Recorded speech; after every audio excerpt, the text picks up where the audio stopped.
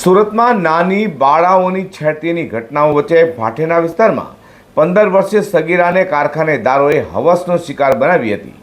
નોકરીની આવતી સગીરા પર નરાધમ કારખાનેદારોએ બળાત્કાર ગુજારીઓની ઘટના બનતા પોલીસ દોડતી થઈ ગઈ હતી અને તરત જ તપાસ હાથ ધરી બંને નરાધમ કારખાનેદારોની ધરપકડ કરી છે. સુરતમાં નાની બાળકીઓની છેડતીની ઘટનાઓને લઈને લોકોમાં નરાધમો સામે આક્રોશ જોવા મળી રહ્યો છે. ત્યારે હાલમાં ભાઠેના વિસ્તારની ઘટના સામે આવી છે, જેમાં તો નરાધમોએ સગીરાને પીંખી નાખ્યોનો બનાવ બનતા પોલીસ દોડતી થઈ ગઈ હતી.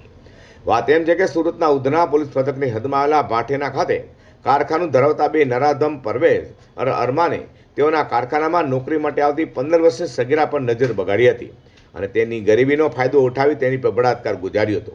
બંને નરાધમ કારખાનેદારો દ્વારા ગુજારેલા બળાત્કારને લઈને સગીરાએ પરિવારને જાણ કરતા પરિવારે તાત્કાલિક ઉધના પોલીસ મથકે જઈ આ બાબતની ફરિયાદ નોંધાવતા ઉધના પોલીસે પણ તરત તપાસ હાથ ધરી નરાધમ કારખાનેદારો પરવેશ અને અરમાનની ધરપકડ કરી સળિયા પાછળ ધકેલી દીધા હતા. તો નરાધમો સામે લોકોમાં આક્રોશ પણ જોવા મળ્યો હતો.